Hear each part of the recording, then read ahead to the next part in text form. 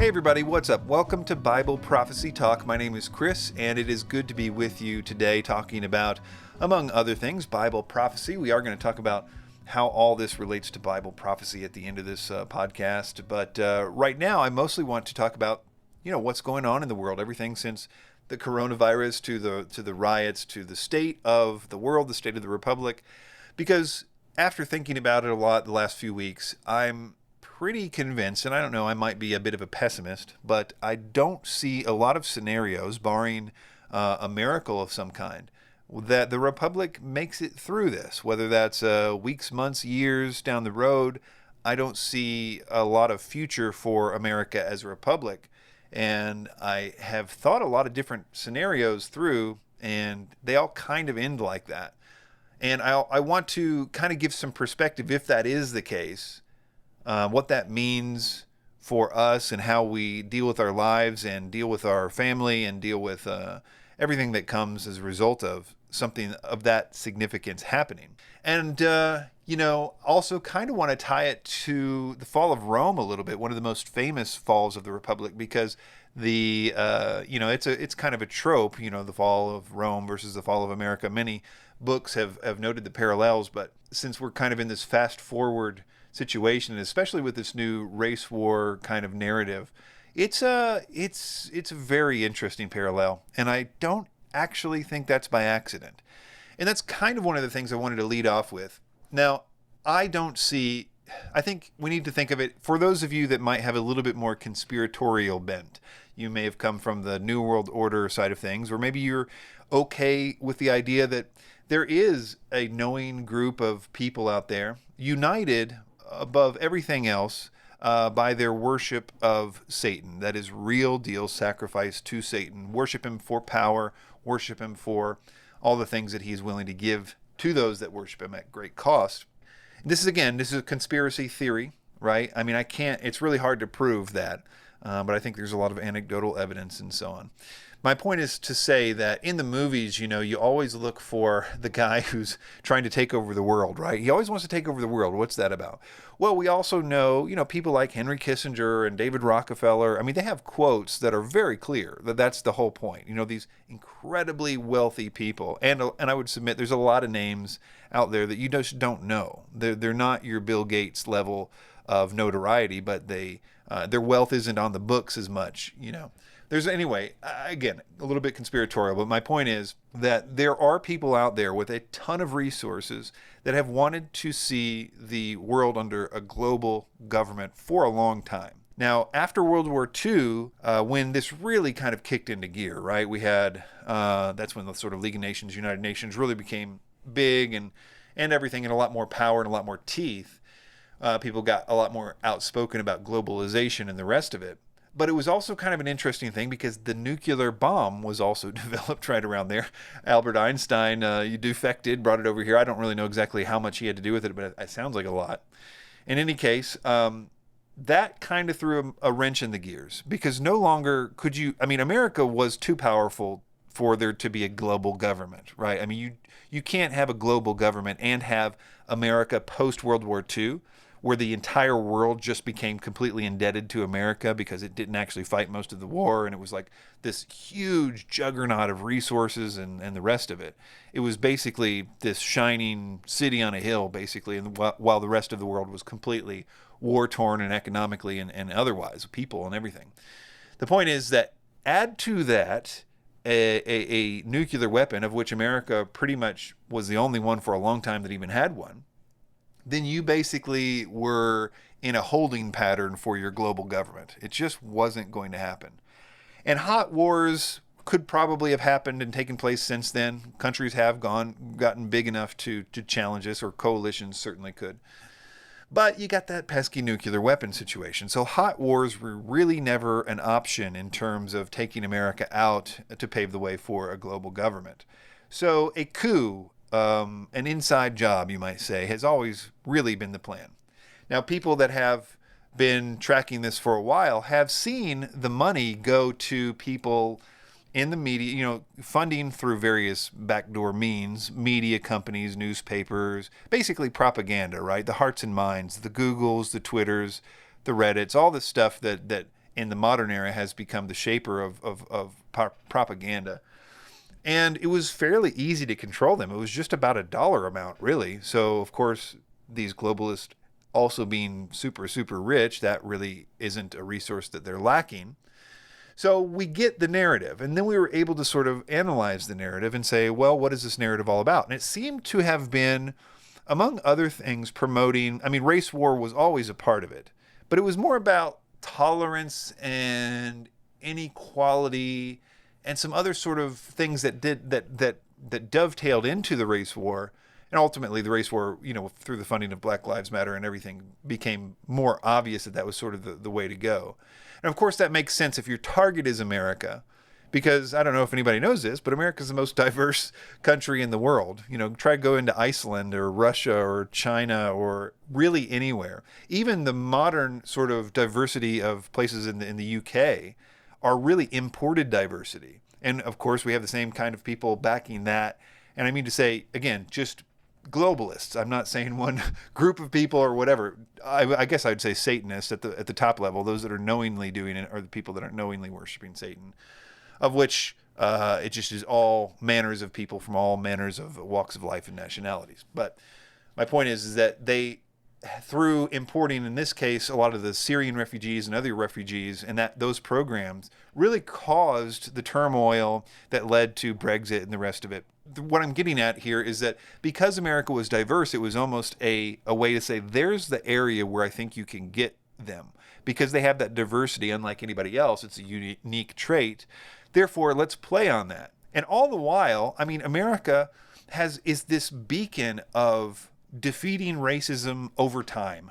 We all know it. We all know that our great-grandparents versus our grandparents versus our parents versus us has been this monumental shift in racism, right? Just give it a few more generations and we would have eradicated racism. And we didn't need the government putting a boot on our neck to do it, right? We were leading the world, if there were metrics and such things, in defeating racism. And we have been on the vanguard of it really since the beginning. But the point is, it was a place that you could foment that kind of rebellion through their tools that they mainly had, which is propaganda.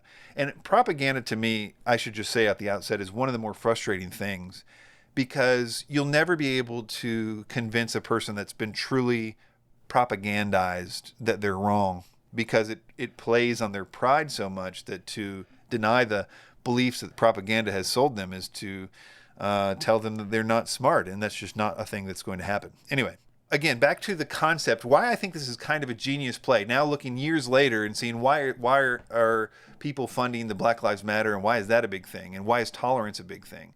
And I think part of seeing what's happened as a result of this new situation, especially with the corporations just folding so quickly to it, has been sort of a slow roll, right? We've seen for a while corporations folding to the, maybe not diversity, what's the word I'm looking for? Sort of at all costs be tolerant of things. It's the religion of the modern times via this propaganda push, which of course is going to, when the hammer drops on this whole thing, it's going to be used against Christianity, obviously. But that's probably the real reason that tolerance has become the watchword of the new order, is not just because it was so easily able to co-opt a corporate entity as it has, and it has this veneer of morality, which any good totalitarian regime needs to have. Usually it's in the sort of couched in nationalism of some kind, but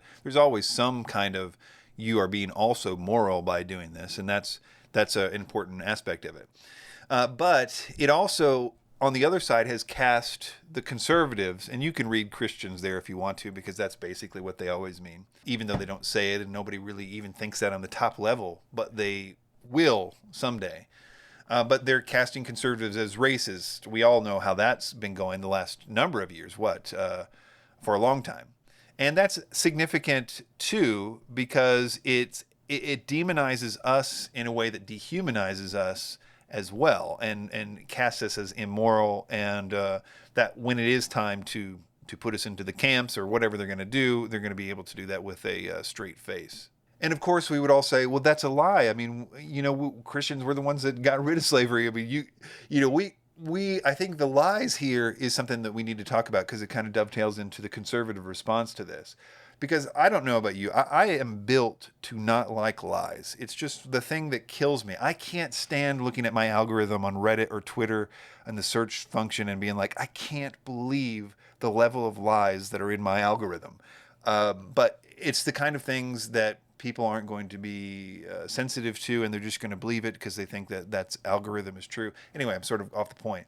My point is that we've been dealing with lies for a long time. I mean, really, this is kind of a war on truth. And I know that sounds a little macro, but it's also really true. I mean, let's think of the big lies, the ones we all know, which is it's okay to kill babies after they're born. It's righteous for some reason. I mean, or the idea that men are women and women are men. That's one that we can see very clearly. But those are the big ones. But there's the small ones. It's all the little tiny things too. It's just like, and we can easily demonize ourselves, the other side, because in many ways, because they've swallowed literally every single piece of propaganda handed to them. And that propaganda, for the most part, is basically at root anti-Bible. Like everything that the enemy wants you to believe is basically the exact opposite of the Bible. So as the net result of that has created the father of lies has created a bunch of children of lies. So you listen to conservative radio, and most of the time, what they're doing is spending 3 hours telling you that a lie is a lie and the truth is the truth, and pulling their hair out and saying, I can't believe that someone would think this particular lie of the day is true. And so they spend their time saying, look at this lie, this new lie that came out today. Isn't that ridiculous? And we all are like pulling our hair out and saying, what? I can't believe that they believe this new lie. Eventually, what's going to happen here is when this gets to a level that's going to start to really impact us, because I'm about to go into how I think the Republic is going to fall and how it's going to fall exactly like Rome fell. But here's the deal. Before that actually happens, we're going to actually fight back, that is conservatives, because we're just going to be so fed up with the lies. And when it starts to really affect us, when we start to see the country being at stake, then you're going to have true righteous indignation, right? You're going to have some of these true believer talk radio show hosts say, now is the time. If we don't do it now, we're going to lose the country. And maybe it's a peaceful protest that turns into a not so peaceful protest. And of course, we are the ones with the guns, right? Now, depending on who actually controls the levers of the state when that happens, will change things somewhat. I don't think that they would push for something like that until they actually have control once again of the actual state. But either way, when that happens, the media will still be the media, and of course that's going to change everything. Once we fight back, then they'll have the narrative that they always wanted. They'll have the being able to point as us as we are the racist, armed to the teeth people that believe in something that is intolerant at its core. They may not say that right then. That might come later. But that'll be basically the idea that we're stupid and armed and a danger and racist. And, of course, that's when I think that's the best thing that could happen to a globalist, is to get that narrative to happen, because that's when it can, in fact, close around us, because the state can end a riot anytime it wants to. The state is more powerful than just about any mob these days, with technology and weaponry the way it is, that, you can protest all day long, but the government, the federal government, can end it anytime it wants to. I mean, I suppose if you had the numbers where you could just throw masses and masses of people at something, you could ultimately take it over just like you could anywhere else. But, I'm kind of getting off the subject here. And I think that if they did that now, like if this happened right after I got done with this podcast, conservatives did something, shot somebody in the street or whatever, that would just continue with the riot situation right now. And it would make it even more passionate or whatever. As soon as conservatives get into this fight, it will perpetuate the riot situation. And that's going to be hard to stop without the state. Once the state comes in, it will be able to stop the riots and do all kinds of stuff. But then you kind of have a lot of political fallout for that. And then you have time to really build up kind of a true new racism, because once you have created the videos and stuff of people looting stores and killing people and stomping on people's heads, and eventually the people that can't have the the mental capacity to say, hey, this is a result of propaganda and blah, blah, blah, sort of look at it in the big picture, they're going to create racists. I know people in my extended family that are just not going to be able to handle this. And they're going to, do everything that they're supposed to do, which is react in the exact way that the people that have wanted global government forever have wanted them to react from the beginning, to finally get America to fall. So before I get into, let's look at this in perspective and what would it mean if it was true, let me sort of go one step further about how close we are, number one, to the republic falling and what the next state looks like, which is going to be a socialist system. And I don't say that in any other way except for just historically speaking, we abandon these kinds of governments for governments that dole out grain to the peasants. I'm just saying that's how it works. You get into a World War II situation with Nazi Germany because of the Treaty of Versailles, where they were so economically destitute that it was easy to get people into anything that promised them stuff. The government was going to make them whole again. And of course, you've got that in the workers' republics in Mao and Stalin and the rest of it. Obviously, that Bolshevism is the idea of the workers getting, and it's mostly more than it's pro-worker, it's anti-bourgeoisie. I mean, it's anti the rich and established. And I think that's kind of what I wanted to talk about with Rome first. But before I get there, let me just finish this thought. The next sort of grain dole society, socialist society, will also have its ideological party agenda. The anti-fascist, ironically, will probably be the kinds of mindset you need to recruit, and give them a nice little armband there. And they'll know the party line, they'll know who has wrongthink and whatever. I know this sounds like it couldn't happen, but I'm just saying this is probably the way it would happen if a party like that gets into control.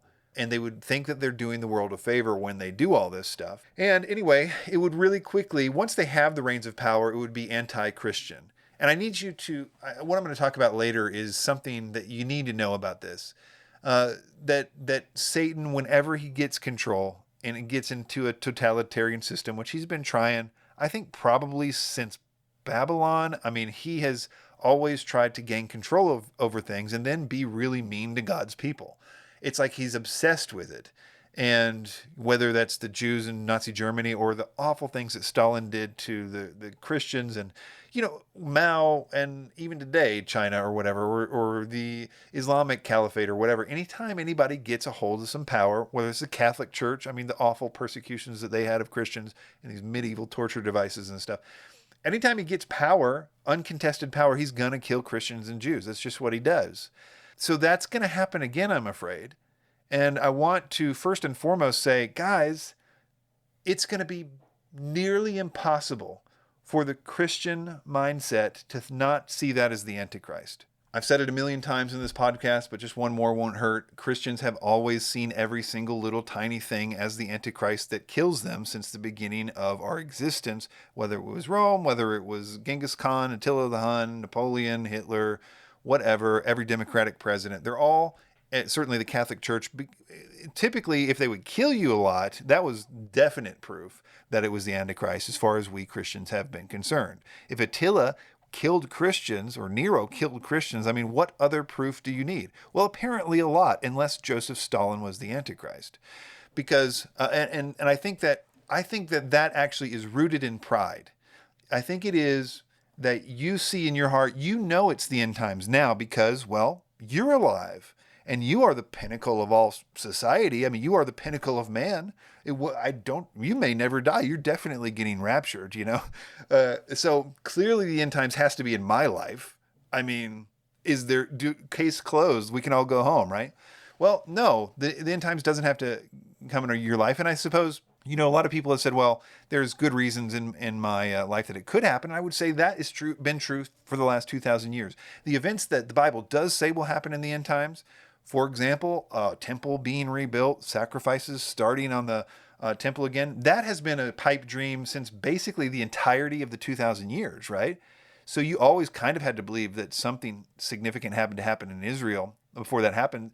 And I would say even today, even after 1948, we still are kind of a long shot from a temple being rebuilt and sacrifices starting on the altar again.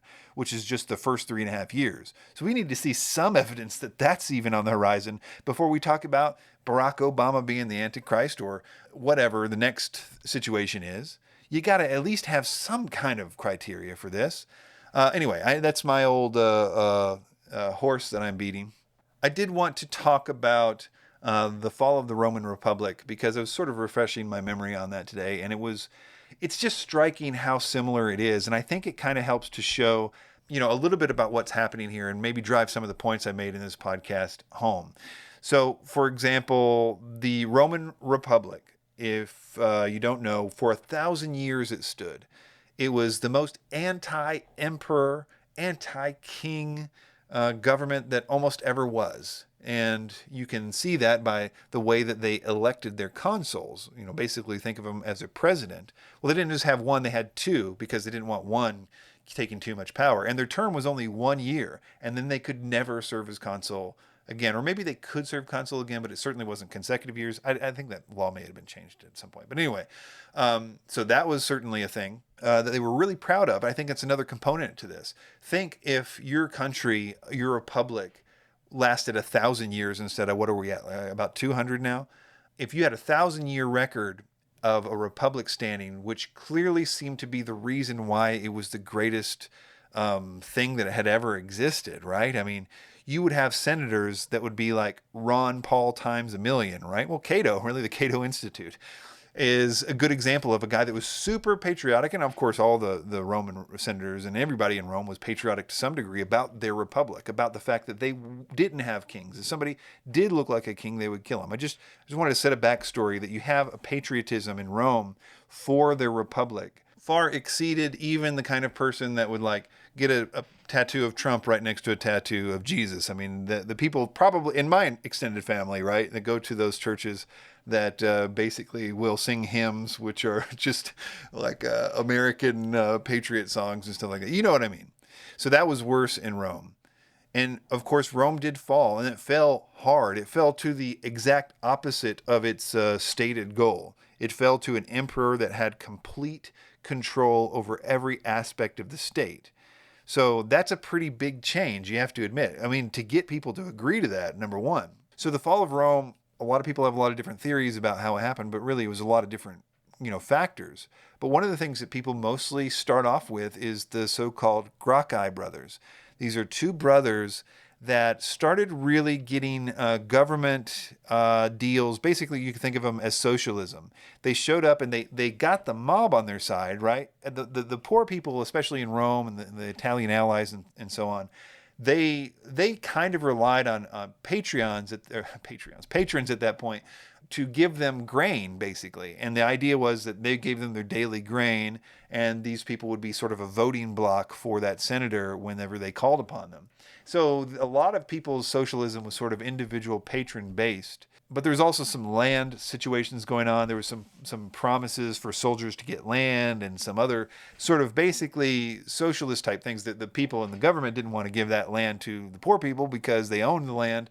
There's also actually at this point, ironically, because of the great wealth that had come into Rome at that point, there was a lot of inequality of wealth too. So you had the super, super, super rich and the super, super poor.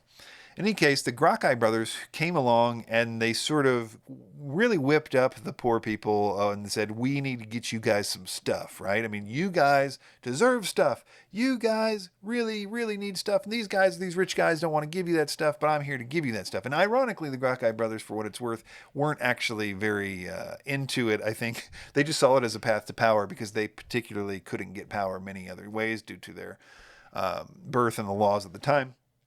In any case, it really made a difference in Rome. But it sounds like where I'm going with this is that socialism became a big deal in Rome. But really it was the reaction of the senators and the sort of super patriots in the government that said, look, we can't allow this stuff to happen because it's basically anti-Roman. It's anti-Republic. If we do this, where does this all go down to? They're saying the kind of same things that, your Glenn Beck or something right now is saying about the Gracchi brothers. And your Gracchi brothers is like, I don't know, Maybe not, I don't know, you could think of some analog. But the thing is, they killed him. They killed the Gracchi brothers in the streets, murdered. A lot of people started getting murdered in the streets right after this point on both sides. Gracchi brothers died. It kind of died down for a while, but the problem is in the next, 100 years or so, it became sort of violent. The violence started becoming a thing that was a political tool as opposed to anything else. And ultimately it descended into these great purges. Right before Julius Caesar, there was just some awful blood in the streets, purges, Sulla and all that stuff. Anyway, the point is, it was just chaos of political killing after that because of the precedent set of the killing of the socialists for basically political purposes. It just became basically an increasing violent situation on political grounds to where it was just totally unstable. So it was the promises of Caesar, and although he didn't really make it because he was killed by the senators who did rightly see him as trying to make himself a king, even though he was like, no, I'm not. But it was Caesar's letter giving the power to Augustus, and it was Augustus being the right man for the job that actually could rule the Senate and the plebes and the army with this sort of genius and sort of placate everybody. And of course, he called himself a first citizen. He's not the king. He's just the first citizen. And, said all the right things and was able to pull it off. But the most important thing I'm trying to get here is that what he really offered, and the reason at the bottom nobody actually cared, is because everybody just wanted to go back to normal. And here was a guy that offered them normalcy at the cost of absolute power. And then, of course, we see that happening with Hitler, that we see that happening with all the sort of communist and revolutions. And all of them do basically the same thing. Everybody I just mentioned that went into a socialist country also became a country that by necessity killed a bunch of people that didn't agree with it, because of course that's what you do when you gain a bunch of power. And I think it's helpful to look at some of the specific examples of that. I like the less known examples like Stalin. We sometimes forget that Stalin killed more people than just about anybody, and he did so under the guise of atheism. His propaganda was that Christians were backwards. Christians were so stupid that they believed in God, and it was a really big part of his propaganda. He killed something, estimates are between 12 and 20 million Christians, just Christians, 12 and 20 million. That's hard to even imagine. How could you, that's just it. That's not even a well-known one that people even know. And yet that happened not that long ago, World War II, right?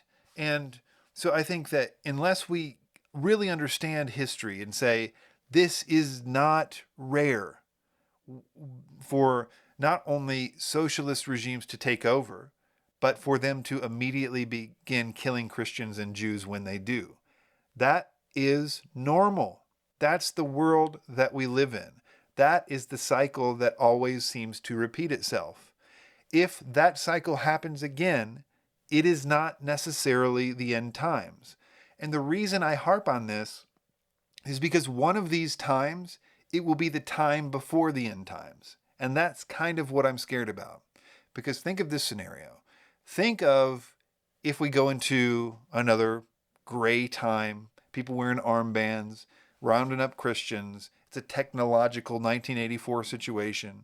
Although there's going to be a nice little underground going on because we will have, on the one hand, technology to be able to spread our information and messages a little bit better and whatnot. But then what if at some point, and of course the leader of that's going to be the Antichrist to us in hiding. We're running from a guy that's killing us, which we will, there's going to be no shortage of preachers telling us that this is the greatest persecution of all time.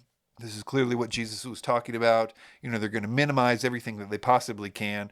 Oh, temple being rebuilt and sacrifices. Really, that's in our hearts. If you think about it, that probably could just mean it's in our hearts or something. 666, as we all know, anything can be that. So they'll just say something like that. That's going to be the line because, of course, we're so prideful that it can't not be. They're going to kill me? I am a Christian. They're going to kill me because I'm a Christian? Well, that's it. But what if it's not?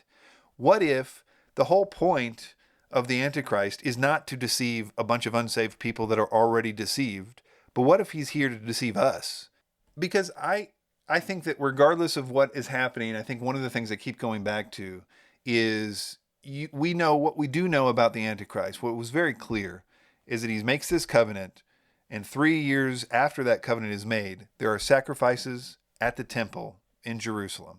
A lot of things have to happen for that to happen. I would submit one of them is the Ark of the Covenant being found. That's a total speculation, obviously. They could build another Ark of the Covenant, or they could not have an Ark of the Covenant in the new temple. But it's a really important part of the whole daily sacrifice situation and whatever. But I guess I was just thinking about this the other night. Like, what if we were all in this gray world where nothing was normal? We were all in hiding, or at the very least, just really, looked down on persecuted second-class citizens to the socialist regime. We were all in bread lines and, just a really bad situation, right? Where there were uprisings all the time and this stuff, but they always got crushed by the state. And, it's just a really bad situation. What if in that desperate situation, there was a glimmer of hope? What if we started hearing these tales from the Mideast that, the Ark of the Covenant had been found, there's sacrifices going on again, there's this guy that has got some kind of ability in warfare, nobody can beat him, and it looks, obviously I don't want to get into my whole views here, but I just want to point out that I think the Antichrist will come as a rider on a white horse, looking like a guy who we want to follow. And of course, being in a situation where we need somebody to help us out of our jam, we might really fall for his whole shtick. All right, I think I will end this podcast here. Thanks for tuning in. Just a couple quick updates. Everything is going well on the film. I have decided to hire a narrator for the film. I started doing the production with me narrating it, but for various reasons, I think it's better that I just don't be featured too prominently in it. So kind of retooling a little bit with the script and things to make sure that that's all going to work good. And so we're still on track for everything. I do want to thank somebody had sent, we had funded the film completely, and somebody, who you are, you sent some money to the P.O. box of all places. And I found it had a note that said, hey, no, I saw that you said it was completely fully funded, but I thought you might need a little bit extra. And it was just enough to pay the narrator. So really, I really do appreciate that. So keep watching for that. I'm really excited about it, and more information on that to come. Thanks, everybody. You can go to the website, BibleProphecyTalk.com. Hey, if you want to help, one of the things that can help is rate and review on iTunes or wherever you're listening to this podcast. Give Bible Prophecy Talk a thumbs up, and we'll see you next time.